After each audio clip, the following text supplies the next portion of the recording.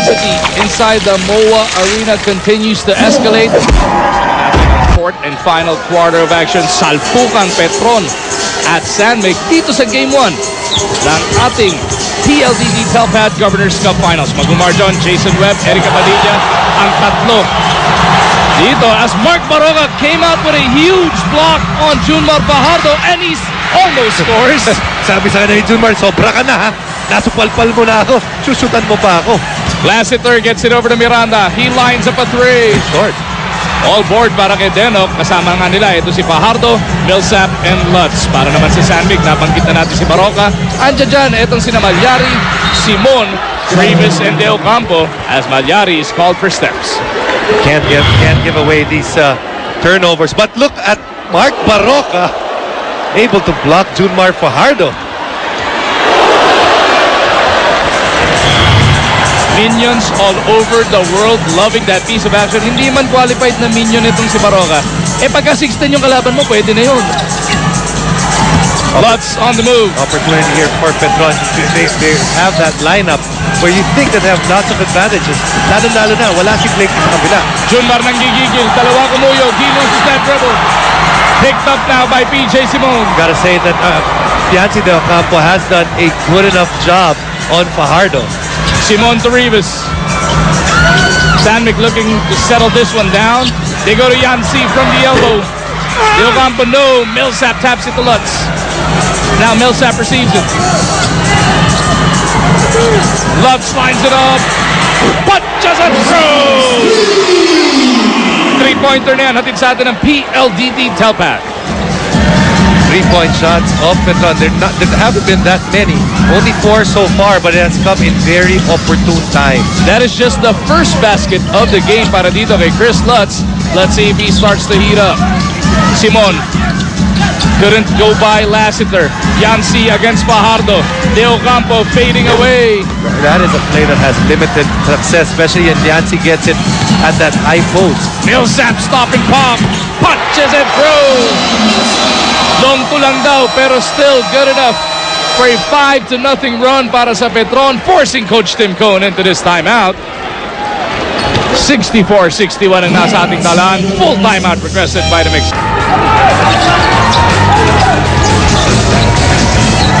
All tournament long, etong Petron Blaze has proven to be deadly from that 3-point line at dahil nagsisimula ng tumama ang kanilang outside shooting, the cause of concern para kay Coach Tim Cohn. 5 seconds na titira sa kanilang shot clock. Baroka couldn't get through those back, but Rivas is there. Blankly, ayaw pa rin. That hurt because that was a follow-up dunk. Di pa rin pumasok. Lassiter to the hole. It's that layup to go. Here you can see that Petron really making use of its quickness in this game. They've outscored itong Sanmic Coffee 26-15 in terms of fast break and turnover point. This is now a 7-0 run para sa Blaze Boosters, broken by that back shot coming from Rivas.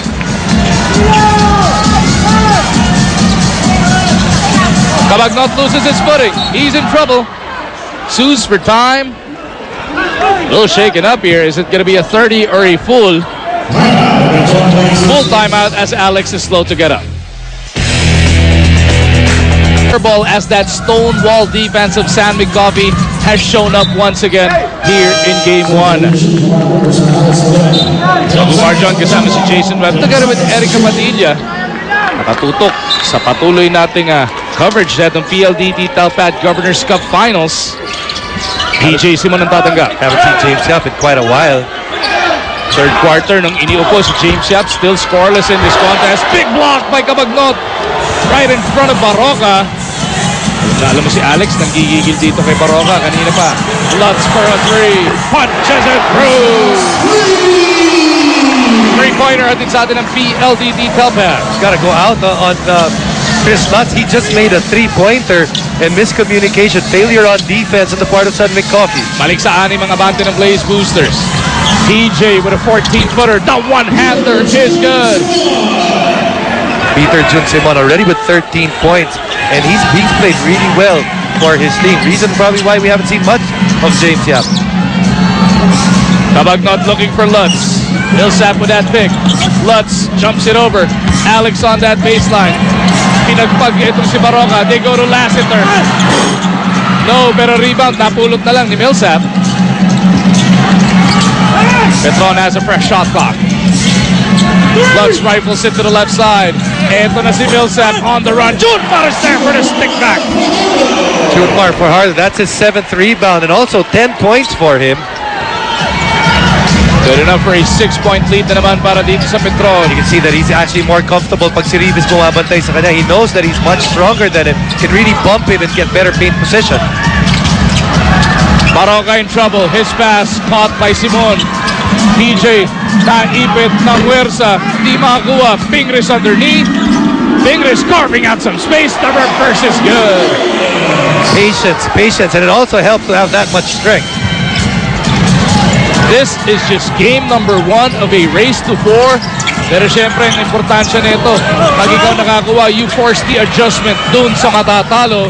Game 2 is this Sunday afternoon, 4:30 over at the Big Dome.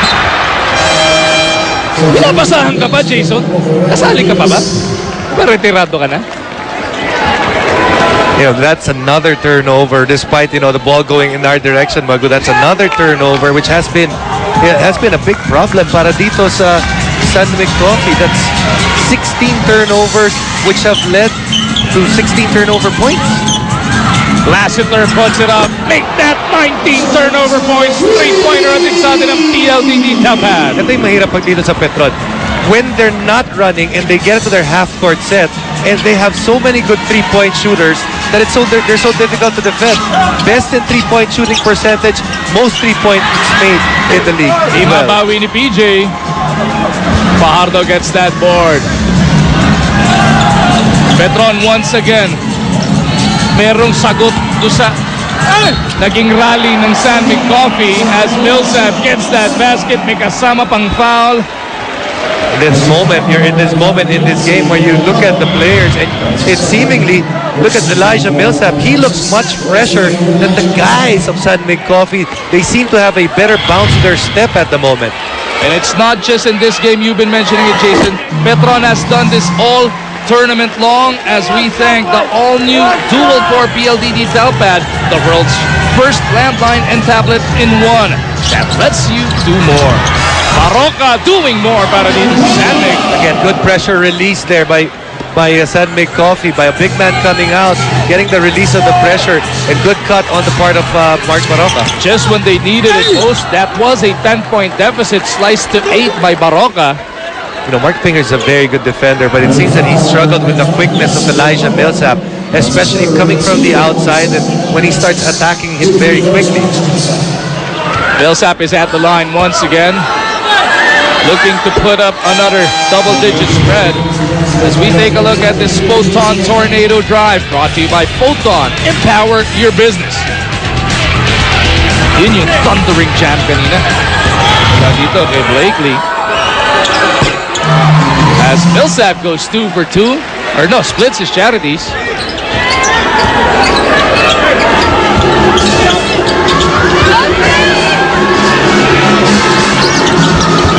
Yeah, he went 2 for 2, diba? So it's 79-69. Yap back on the floor. Hinahanapan na siya ng opensa ni Coach Tim Cone. Gets the basket, may kasama pang foul. James Yap, when I've seen him play against Petron, when it's Lutz or Lassiter that guards him, you look at him and he feels that he has the strength advantage at the post. He likes to play at the post with these guys, and this is what he does. Gets that one-hander up, finally gets his first field goal. Yap completes that 3-point play. 0 for 6 before that shot, no, Jason? Yes, and he had the nice thing for James Yap after that basket and for San Coffee. Now he has that confidence. And he's fresh. Lassiter against James. Gustong sukatin si Big Game. Marcio gets it over to Cabagnot. Alex with a fadeaway. No go. Here comes San Coffee once again, but Baroka loses it. Napulot naman ni Blake Leon. Oh, Blakely with a careless pass. Millsap looking to make it pay. It's interesting, and Coach Tim is going to be upset because he feels Alex Cabagnot was actually giving up the foul. And Coach Timbon is all the way to the other end of the floor, barking at the officials here. You look at this play, and you have to have a feel of the game. And if you have a feel of the game, and it's actually a fast break play, you can see that it seemed that Coach Stick or Alex was trying to give him the foul on Marcus Blakely. You see here, when he turns, that's the foul. He's trying to give up that foul, and Marcus Blakely loses control because of that bump. Referees feel it's not enough for contact. That's another turnover, and more turnover points para sa Petron. Alex Cabagnot makes him pay with that technical free throw after Coach Tim was slapped with a tee. Much to the disgust of the Sandwich Planet in attendance. 82-72, balik sa 10 ang abante ng Petron. James shovels it over to Devons. Overshoots the mark. Love's on the move. Gets it out. Last center for three. Bang! Three-pointer din sa atin ng PLDT Telpad. You know, right now, Petron going to their strength. Quickness, getting on that fast break, getting layups. And then after that, getting three-pointers. It's going to be another dunk right here. Or actually, good defense. Maroga not giving up on the play. Here's Cabagnot for three. Doesn't work. Somebody crashed to the floor. It's Mark Maroga. Looks like it's going to be a foul against Millsap. Naasar si Millsap dahil hindi niya nakuha yung layup kanina eh. Sa rebound battle, tinulak na lang Yeah, niya. because he slowed down. He should have just gone straight. 85-72 is on the board. Even Governor Pardo is in the middle of the floor of the MOA Arena. Mark Pingris, pinababalik lahat ng kanyang mga kakampi sa bench. Is it going to be a 30 or a full 30-second timeout para dito sa San Miguel? And it's just been a common thing that we've seen. A while ago, about two timeouts ago, it was the entire Petron crew from the head coach all the way to the last coach talking to the referees. And then after that, now it's the third of San Miguel Coffee. You see both teams. Sinasabi na, sister team. I don't think so, not today. Wala na pong 4 na minuto natitira dito sa MOA Arena. And Petron has re-established the biggest lead of the game, 13 puntos. What has Sandvik up their sleeve? We take a look at that three-pointer. Once again, earlier on from Marshall Lassiter. Brought to you by Be Fresh, karunungan, kabutihan, kapayapaan, bukang bibig sa lamig. Right now, for San Miguel Coffee, it's 3:49. You still have a chance here. Yes, there's a big run that Petron has enjoyed right now, but you still have a chance to come back. Devons attacking. Nasaraduan ang pinto ni Lutz. His pass almost taken away. Ends up back up with him. Devons to Ping. Fouled in the act. So Mark Pingris will be moving to the line for 2 shots.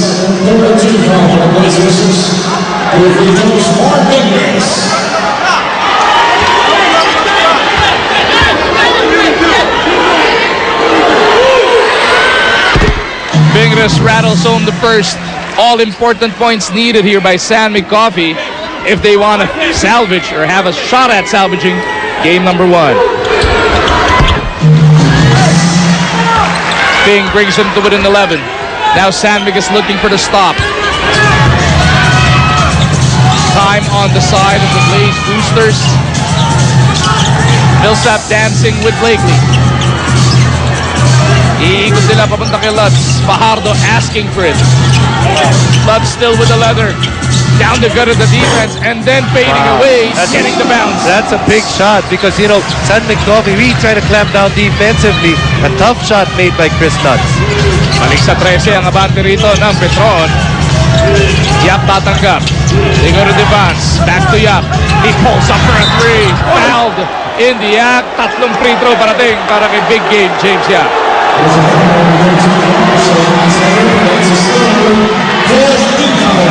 Now it is Petron's turn to complain. They see Marshall, does he get him in the legs?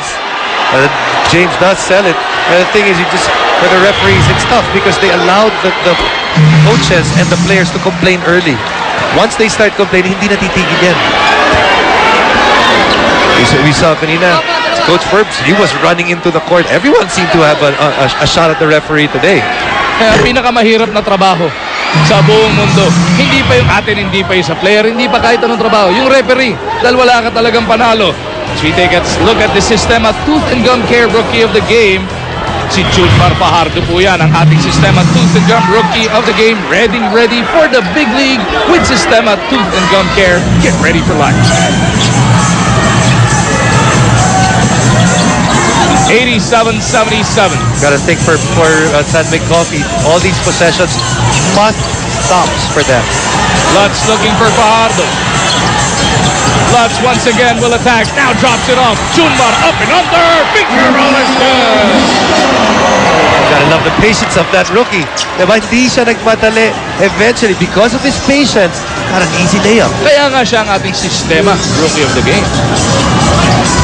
Baroka bounces it to James. Another three-pointer on the way. Doesn't work. Millsap with a rebound as we approach the 2-minute warning. Lassiter will miss. San Mig on the run. Blakely, clobbered, puts it up. No. Pero merong foul.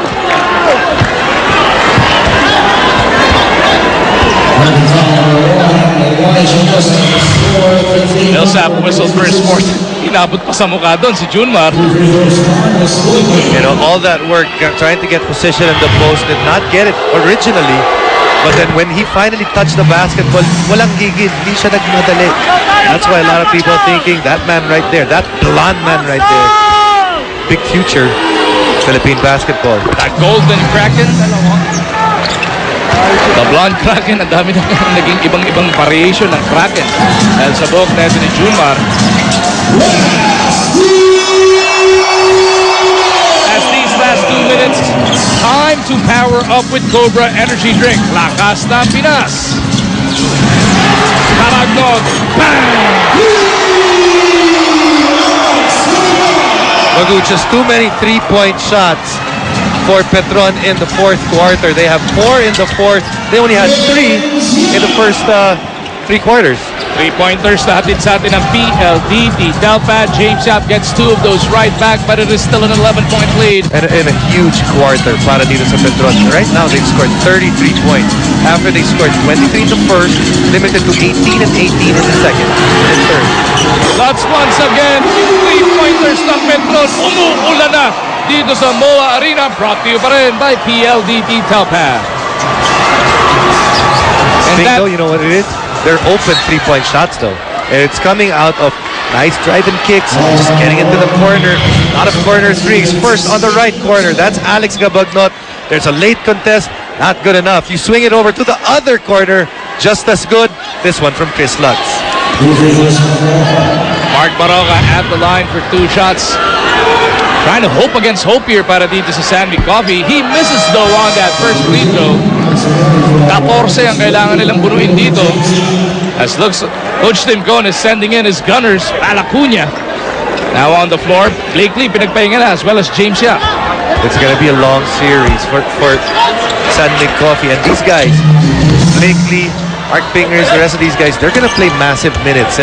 Coach Tim trying to find ways to get some, little rest for these superstars of his. Less than 48 hours before game number 2 sa linggo po yan, alas 4:30 ng hapon.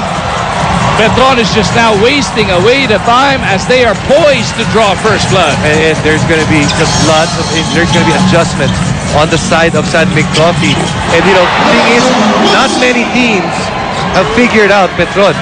This conference, only 2 teams have beaten them in the 14 games that they've played. Of course, that was Meralco in the opening round, or in their opening assignment, on their opening assignment, and Rainer Shine, 1 game in that semifinal. 97-84. Petron will continue on their winning ways here inside the MOA Arena. And they did it. Yung trabahong ginawa nila, it's just like how they played all tournament long. They quelled uprisings, Jason. Ang daming atake na ginawa sa kanila San Mig. Nakahanap lang sila na nakahanap na sagot as that three-pointer was brought to us by PLDT Telpad. Yeah, they waited it out. They waited it out until you look at the other side. You look at the San Mig Coffee. Eventually, there was a part in that game that they slowed down and three-point shots started to go in. And that was a big difference. I believe they had 6 3-pointers in the fourth. Only 3 in the first 3 quarters. And Petron actually makes it to the century mark. 184 is going to be our final score.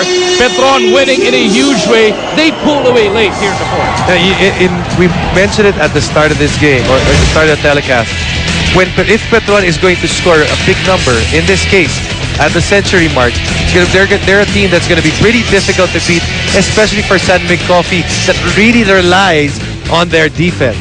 And just when we thought na nahirapan sila sa kanila shooting throughout the first 3 quarters, bigla na lang pumutok dito sa fourth. Yes, and because you almost feel that napagod na rin, or San Mig Coffee got tired with having to play both sides of the court. Defensively, it was so difficult to stop all the gunners of Petron, and offensively, they were being forced to make extra pass after extra pass. And the hero of the day para dito sa Petron Blaze Boosters is none other than Elijah Millsap. Elijah, some testy moments throughout the game. San Mig just kept coming back at you guys. How did you find a way to quell their uprisings? Oh man, we know this is going to be a tough series. San Mig, they play so hard, and we just got in a rhythm. And Marshall, our shooters found their shots, and we got in transition and started playing our game. You know, Elijah, another triple-double for you, 35, 10, and 10. But it seemed at the start you had to be the guy that they had to lean on in scoring. What changed in the game in which it was more of a team game after that? I think their coach just wanted me to he want to force me into shooting long jumpers. So I know I'm gonna get shots, and my thing is just knocking them down, having the confidence to knock them down. Elijah, game number 2 this coming Sunday, 4:30 at the Big Dome. Here's your chance to invite the entire Petroniverse. Oh man, Petroniverse, we need you out here. It's a great environment out here, and we love your support. Thank you. Congratulations once again, Elijah, and congratulations to Petron. Standby lang kayo, ha? Hindi pa tayo tapos. The Sports 5 Center is coming up, pero kami on the floor will be signing off. 184 is your final score. Sa ngalan ni Jason Webb, ni Erica Padilla, Magong Margin po, nagpapaalam. Sports, meron pa tayong sa aming pagbabalik.